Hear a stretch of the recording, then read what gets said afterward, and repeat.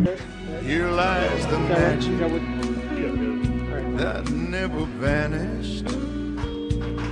It just had to run and find a sweet, warm place to hide. I know you hear me, but are you listening tonight?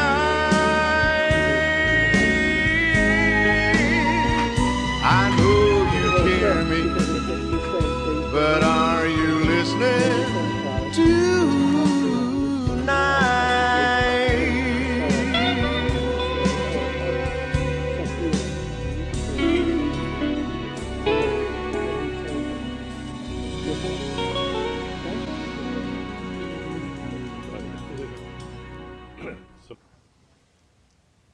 Welcome to Suzanne's studio, and I'm Suzanne. As usual, I do have some really interesting, talented, hot guests. Well, wait till you hear the program today. I am so excited to have you meet the following: George Orbelian, that's right? Thank you. And his darling wife, Marcia, and Dr. Blasband. Let's start with you, Dick. Just for a moment, we're going to talk about Nikolае Levashov. Nikolai is a Russian healer. He's now living in Moscow. I have interviewed him 3 times, and he is, first of all, he's a genius. I just totally think that the audience is just going to really, really enjoy this program. And now that I have these 3 hot guests, you'll really get the dirt. Okay, Dick, how did you become interested in Nikolai? Well, I had just come from doing some research with some people at the Princeton University Engineering Anomalies Research Laboratory. And they were studying stuff like the ability for one person to know what another person was seeing at sometimes 10, 20, even thousands of miles away without any kind of known form of communication. And they also studying the ability of people to influence machines like random number generators and things like that with their mind alone. And they had demonstrated unequivocally that these things were possible by ordinary people. So with that in my mind, working out here in California, I was a student of mine told me about Nikolai, and at the time I had chronic fatigue syndrome, and no one could really help me with it. So I went to see him, and I knew that within minutes that this man had tremendous powers, because I had been exposed to famous healers prior to this, people who were known worldwide and whom friends of mine had done research upon. But none of them really had the capacity of Nikolai. And by the way, it should be mentioned that Nikolai is also a theoretical physicist of a very high caliber. And he came to know his own abilities through the use of using his mind upon reflecting on what he did and what its impact was on other people, and using the scientific method to find out how he was able to do the extraordinary things that he does. So I began work with Nikolai as one of his clients. And when I heard that he was going to hold a class, I thought, well, that would be an interesting thing to do. Because I had referred many patients of my own, I'm a psychiatrist, to him. These are people who had heart problems and the like. And I noticed that not only were their heart problems rapidly getting better, but that they were moving much more rapidly in therapy. And these were people I'd known for several years at least. So it was easy for me to gauge that movement. And I thought, well, I would really like to be able to do this myself, to offer this to my own patients. So I took a class with Nikolai. I think it was the second class he offered. And at the end of that time, it was 6 weeks, every night during the week, I was able to heal in a rudimentary way, whereas prior to that time, I had no capacity that I knew of to do the kinds of things that I was now capable of doing. Thank you. Marcia. How did I come to know Nicolai? Yeah. He was invited to come to this country by my mother-in-law, my husband George's mother, and it just happened that he ended up staying with us when he first came here. He had no place to stay arranged. So when he was in our house, I got to know him very well, and because of that association, I was able to interact with him, and he was able to help me with some personal health problems, and they were much more serious than I realized. And that experience of having him help me was unbelievable, because I was in a state of so low, my health was so low that I wasn't enjoying life very much, and it was impacting the quality of my life tremendously.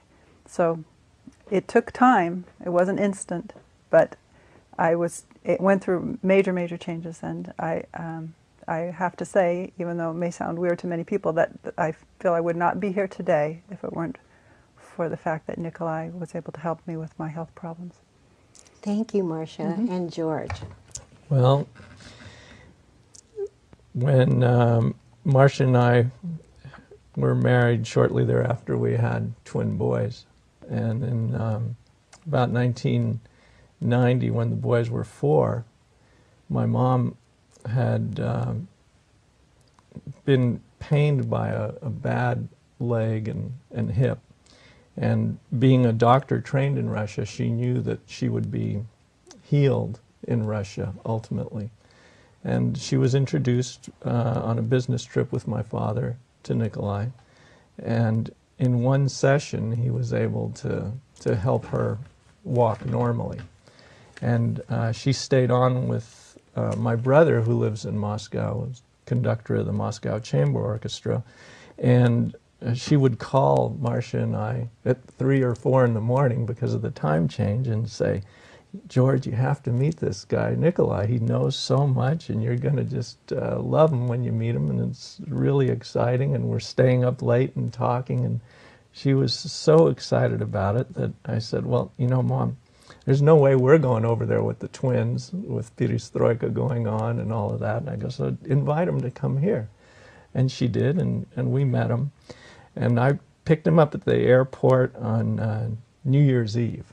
And as we were driving home, I asked Nicolai in Russian, I said, Nicolai, what is it that you do? How do you heal people? How do you help people? And he told me in Russian, that he regenerates tissue. Well, in Russian, the word for regeneration is regeneraция. It's very close to the word in English. And so then I asked him, I go, well, how do you do that? And he goes, well, that's a longer story, and that's how I started working with Nicolai. From that moment on, I was hooked. I wanted to find out how he did it. And how many years were you students of Nicolai's? I'm still a student. You're still a student. Do you call him? Yes. And he can really help you on the phone? Yes, and he's taught us a lot. Actually, Dick and I worked with him on helping edit the English version of his first book, The Final Appeal to Mankind, and we took courses from him, and it's been an extraordinary experience that changed my life. How has it changed your life, George? Oh, in a number of ways. I'm very mechanical in the way I approach things. I used to build racing motorcycles. I wrote a book on surfboard design. And in every one of the disciplines I've approached, I wanted to understand why. How does it work? What's the system involved?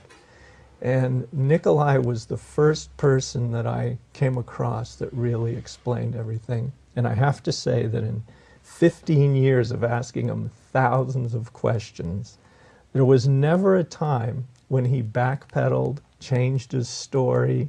Everything dovetailed, from the beginning of how creation occurred and what life is, and how life is an actual part of ecosystem development on planets, and that there's billions of planets with life on them, and what the spirit is, and the difference between living and non-living matter, and so many questions that he asked me that, you know, ranged on philosophy and physics. One of his favorite quotes that he shared was, you should know geology and philosophy and everything in between. That's pretty difficult to do. But would you say, George, that he really changed your whole persona?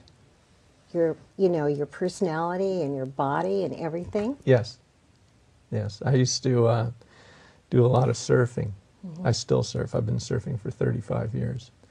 And when I went surfing, I'd get out of the water. In San Francisco, it's cold water, so you're wearing a wetsuit, and I'd often be just exhausted afterwards. You'd surf for an hour and a half to 3 hours, and you'd have to eat, rest, warm up.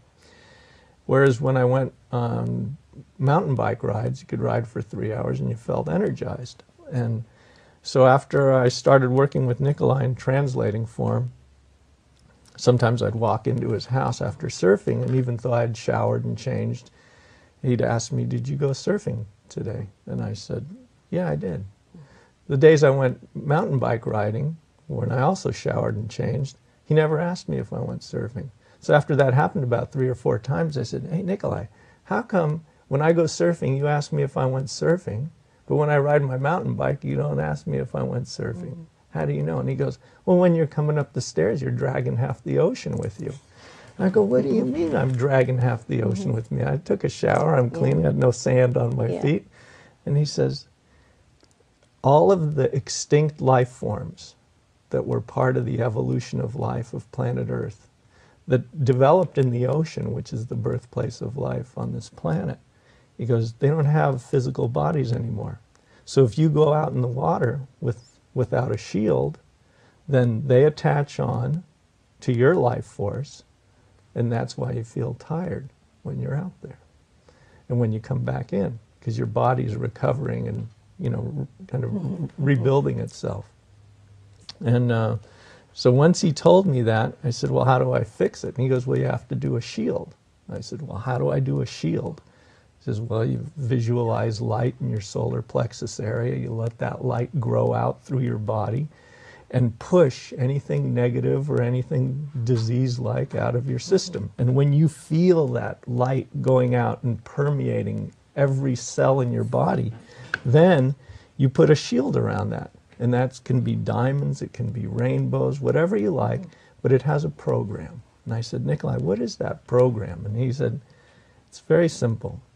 Nothing negative comes in. None of your life force goes out without your permission." So at that point, I knew how to do the shield. I'd go in the water surfing, and I noticed no tiredness afterwards. Wow.